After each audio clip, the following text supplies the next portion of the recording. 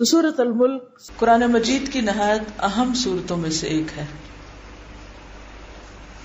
اس کی فضیلت کے بارے میں کئی ایک احادیث بھی ہیں.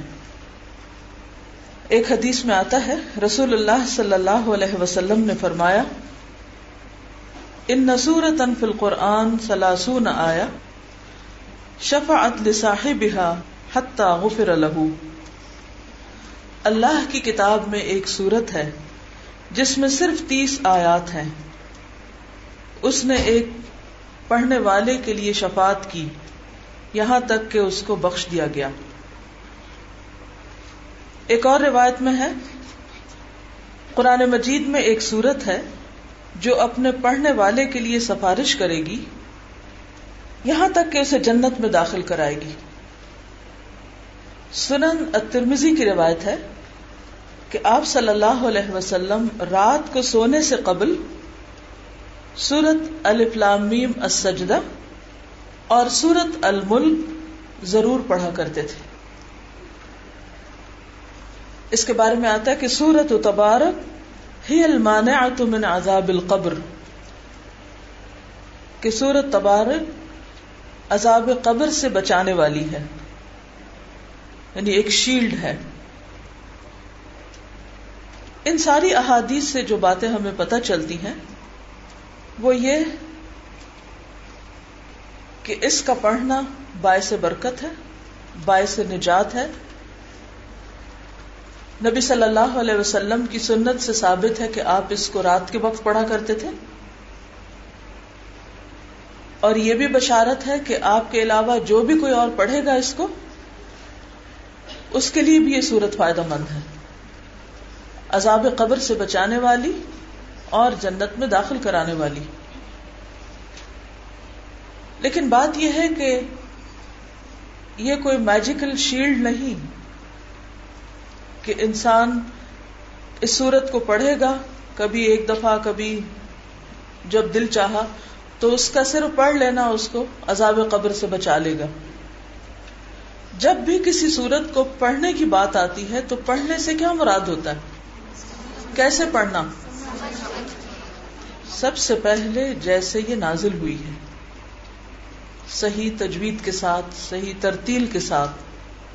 ترتیل کے ساتھ پڑھنا کیسا پڑھنا ہوتا ہے؟ ٹھہر ٹھہر کے، سلولی، جو بھی اس کا پرسکرائبڈ میتھڈ ہے اس کے مطابق پڑھنا.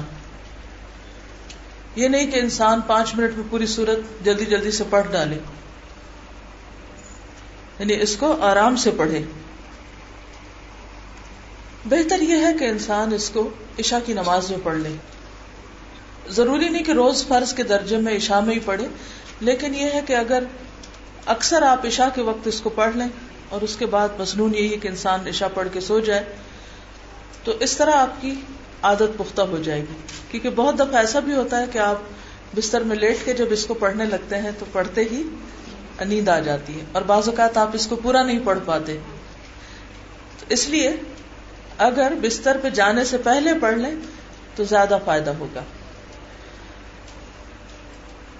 تو سوال یہ پیدا ہوتا ہے کہ وہ کیا خاص بات ہے جس کی وجہ سے اس سورت کو عذاب سے نجات دلانے والی سورت کہا گیا ہے، اور خاص طور پر عذاب قبر، اور پھر رات کو سونے سے پہلے. تو قبر اور سونا، ان دونوں میں کیا مماثلت ہے؟ جی، نیند بھی موت کی طرح ہے، قبر بھی بستر کی طرح ہے. تو ہر روز اگر ہم رات کو سوتے وقت یہ سورت پڑھتے ہیں تو اس کا مطلب یہ ہے کہ ہم روزانہ پھر اپنی موت کو بھی یاد کرتے ہیں.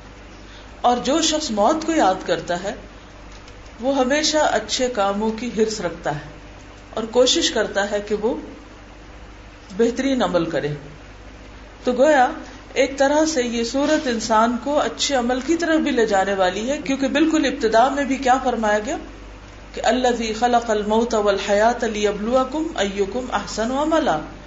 تو گویا ایک طرح سے یہ سورت انسان کو احسن عمل کی طرف لے جانے والی، اچھے کاموں کی یاد دہانی کرانے والی. تو جس شخص کی زندگی میں قرآن داخل ہو جائے، یعنی صرف پڑھنے کی حد تک نہیں بلکہ پڑھ کر پھر عمل بھی بدلے، یا اس طرح پڑھے کہ اس کا عمل بدل جائے کہ انسان سوتے ہوئے رات کے وقت بھی اللہ کی یاد میں سوئے اور پھر صبح اٹھے تو اچھے کاموں سے اپنے دن کا آغاز کرے. کیونکہ عام طور پر جو خیالات ہم رات کو لے کر سوتے ہیں وہ ساری رات ہمارے ساتھ ہوتے ہیں اور پھر صبح اٹھ کر انسان کا اگلا دن انہی پر ایک طرح سے بیس کرتا ہے. آپ نے دیکھا ہوگا کہ اسلام میں دن کا آغاز سورج نکلنے سے نہیں ہوتا بلکہ کس سے ہوتا ہے؟ چاند نکلنے سے. چاند نکلنے سے. اور چاند کب نظر آتا ہے؟ مغرب کے بعد، یعنی جب سورج غروب ہوتا ہے تو پھر آپ نیا چاند دیکھتے ہیں، تو وہاں سے دن کا آغاز ہو جاتا ہے. تو گویا اسلام میں دن کا آغاز شام سے ہی ہو جاتا ہے، اور جس وقت آپ کا سورج غروب ہوتا ہے اس وقت تو گویا آپ کا دن ختم ہو جاتا ہے، پھر تو ایک نیا دن شروع ہو جاتا ہے. تو نیا دن جب تک کام کا وقت آتا ہے اس سے پہلے بھی کئی گھنٹے آپ کو دیے جاتے ہیں تاکہ آپ ایک نئے دن کی تیاری کر سکیں. اور وہ تیاری کیسے کریں گے؟ آرام کر کے، کیونکہ جب تک آپ آرام نہیں کریں گے اس وقت تک آپ اگلے دن یا صبح کے وقت کام نہیں کر سکیں گے. اور پھر سو کر بھی تیاری ہوتی ہے. اسی لیے مومن کا جو سونا ہے وہ بھی عبادت ہے، کیونکہ وہ اس لیے سو رہا ہے تاکہ وہ صبح اٹھ کر اچھے کام کر سکے. پھر یہ ہے کہ سونے سے پہلے وہ اپنے آپ کو یاد دہانی کراتا ہے کہ وہ اس دنیا میں کیوں آیا ہے، اس کی زندگی کا مقصد کیا ہے، اس کو اس زندگی میں کرنا کیا ہے، اور کس طرح وہ اللہ کی قدرت کی بہت سی نشانیوں کو یاد کرتے ہوئے اللہ کی یاد اور اللہ کی محبت میں سوتا ہے. اور پھر انہی احساسات کے ساتھ دوبارہ اٹھتا ہے اور انہی احساسات کے ساتھ اپنے دن کا آغاز کرتا ہے. اور اس طرح یہ سورت اس کے لیے ایک بہت بڑا ذریعہ بن جاتی ہے. کس چیز کا؟ زندگی کے مقصد کو پورا کرنے کا. اس لیے یہ سورت مقصد زندگی کی بہت بڑی یاد دہانی کا سبق رکھتی ہے اپنے اندر. تو آئیے دیکھتے ہیں کہ سورت کیا کہتی ہے. بسم اللہ الرحمن الرحیم. تبارک الذی بیدہ الملک وہو علی کل شیء قدیر. تبارک الذی، بہت بابرکت ہے، الذی وہ ذات، وہ جو، بیدہ الملک جس کے ہاتھ میں ساری بادشاہت ہے، ساری کائنات ہے، ساری ڈومینین ہے.